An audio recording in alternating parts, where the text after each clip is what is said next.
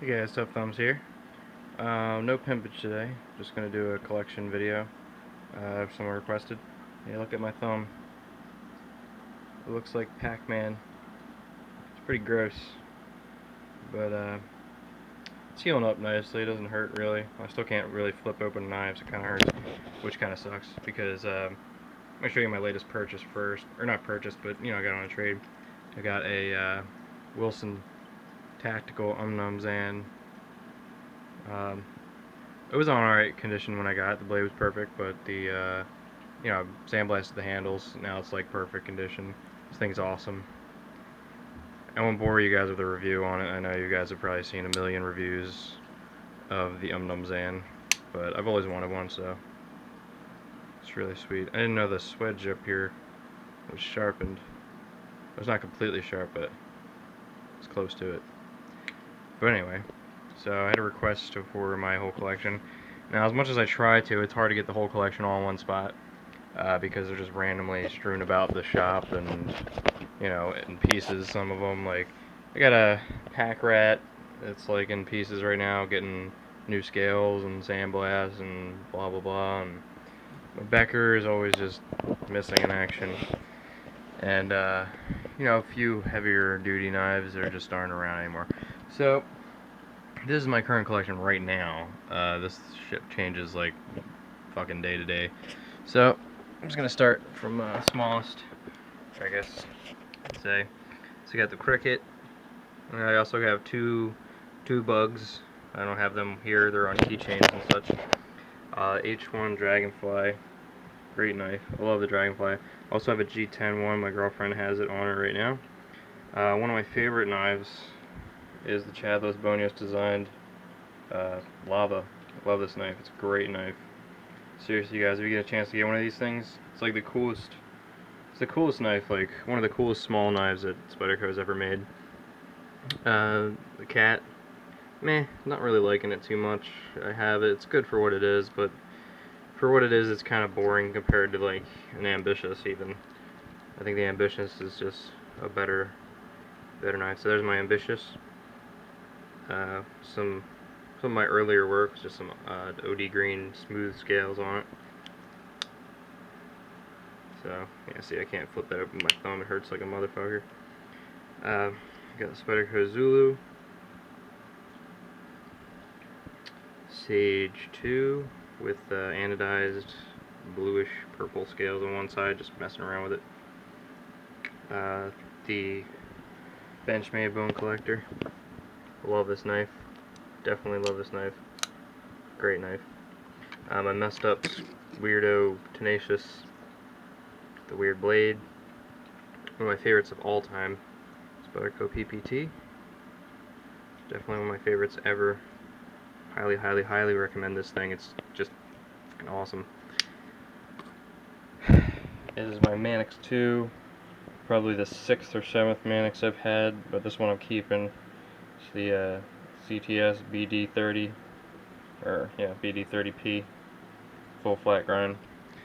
Definitely keep that one. My favorites for what's this thing called?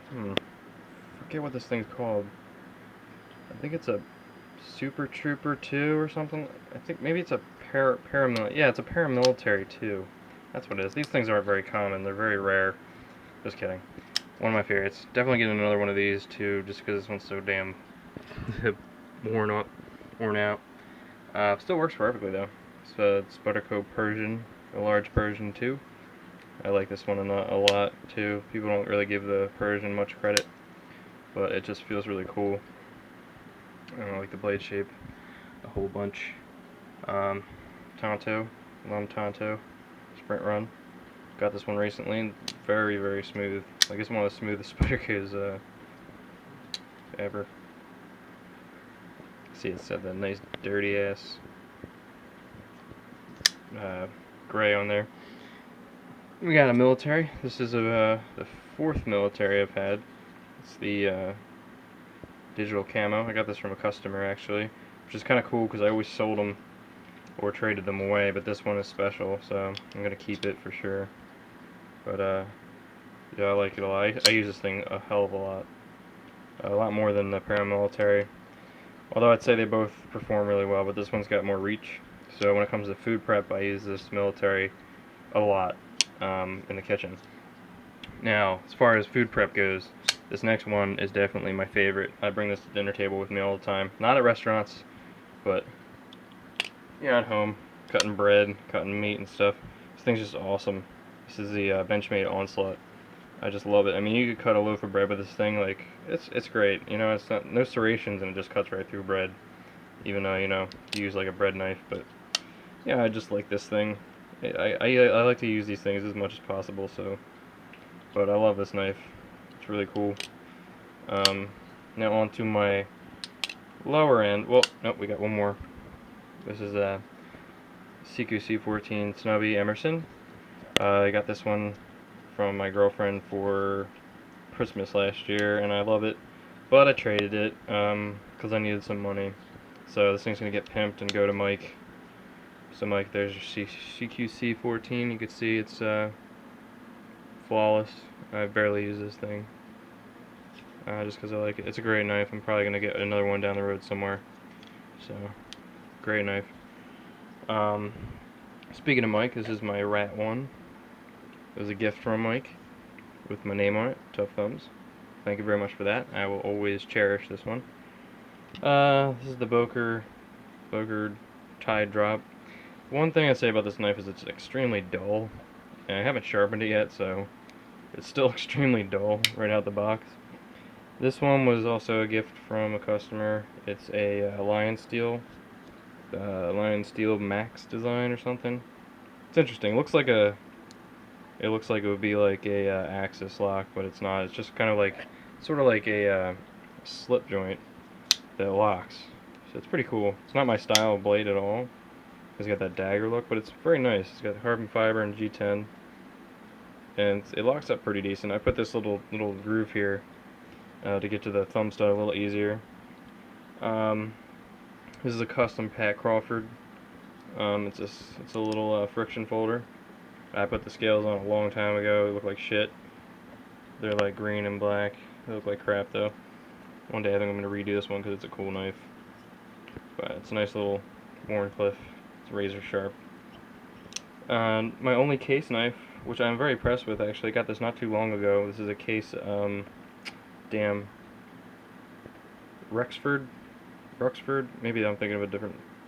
I'm thinking of a Boker right now. Ruxford, and it's the wrong one. Well, it's the lock. It's got the liner lock in it, and the reason I went for this one is because it was a good transition. It's got this nice little flipper, for one-hand opening. I think it's cool. It's a rust lock. I'm sorry. It's a case rust lock. It's a cool knife. I like it. It's my first case knife, and I could definitely understand the quality. It's nice. It's good to drop in your pocket. Now, some of my favorites and my higher end shit. The shit that pisses people off. This is my Anza 67. I don't care. This is my highest end knife to me. This is my most valuable knife. Fuck all this crap here. This thing, I would take this over any of these. This is special to me. That's the 67. They're just something. I don't know. This thing just feels totally different still. It's just really strange how solid it feels now. I don't know. It's like a different knife almost, but I could tell it's on its way to just giving a preview of how nice it is when I make my eventually make my own titanium knives. It was good and refreshing to see that I could actually make a scale out of titanium. And then my basically highest value knife that I own is this Umnumzan. Excuse me as I burp. Umnumzan Wilson Tactical. Got this a couple days ago, or yesterday actually, and I love it. It's really neat. I was thinking about trading it when I got it, or selling it when I got it, but I'm actually, I'm a little bit smitten with it because it goes very nicely with my Sebenza, which is my first high-end knife ever bought. I was always curious about what the hell everybody thought was so great about it, and luckily, I came across a pawl knife, an old pawl knife, a Lone Wolf. At a gun shop for $40 that someone got at an estate sale, still in its case, brand new, and I ended up selling it for $250 at a shop that had Sebenzas, and I basically traded in for about 300 towards this Avenza. So, you guys, I'm not like some rich ass like, you know, knife buyer. Like I still can't do it. Like I got this on a trade. You know, the most I spent on a knife ever, I think, was this guy, this little Temperance. It was around 200 or so. I mean, I just never really spent more than 200 for a blade. So it's either trades or some really good deals on the forums. Um, this is my DPXS folder, probably one of the only non-screwed up ones. This thing's perfect. It's got none of that blade rock thing that everybody does. It's just flawless. I love it. It works perfect. No blade play, nothing. Pivot doesn't loosen. Just beautiful knife. Love it. Love it. Love it. And right here I have a, don't remember what the hell it's called. I really don't. It's a Bark River, small. I can't remember what it's called, but it was the thing that got me into jade. I traded something for it, and I traded like a Sputtercoat Copa for this, and it's really cool. I just like the jade so much. I never really seen jade in person, besides a leaf storm I had, but it wasn't all nice like this. Like it's really sparkly. But I'm not really a big fan of this knife too much. I liked it at first, but when I had like an extreme amount of trouble opening or cutting an apple with it, I was kind of like, okay. But yeah, that's that. I still carry this in the woods sometimes because it's, you know, a bushcraft looking blade and easy to sharpen. But the thing like gets a patina like when anything touches it at all. And then onto my neck knives. Shit. So I got the Havoc Works credit card knife, which is fucking sweet. You guys gotta check him out. HAVOC. He's on USN a lot. He's got a really cool blade. Got my Gavco. I think it's maybe a I don't know what the hell. It's something dashy, but this thing's great. I mean, I also have the Wijidashi that with all the controversy that happened lately, and that thing's fine. I have no edge loss on it, and you know, you guys go if you're gonna go batoning with the Wijidashi, you're an idiot. But you know, it's great for what it is, dude, and I have no problem with it whatsoever. I mean, make mistakes are made. I don't even know the whole story. My current favorite neck knife is the Jason Browse Silent Soldier neck knife. Guys, you should definitely. You can get these you can get these from him. You can get these from Knife Center. You can get them from Knife Works. You can get them from Blade HQ. They're all custom, they're CNC'd. I'm sure he puts the edge on himself and probably does some extra work himself here. But this thing is second to none. It's like the best like fucking neck knife I've owned so far. Following up closely with that also, got to put them both in the same categories. Reno's custom that he did for me. Still love this thing. I still carry it. It's basically every other day. It's the Silent Soldier and the Reno neck knife for sure. I love them both. This one's a little harder to get an edge on, but you know, it's sharp enough to open boxes.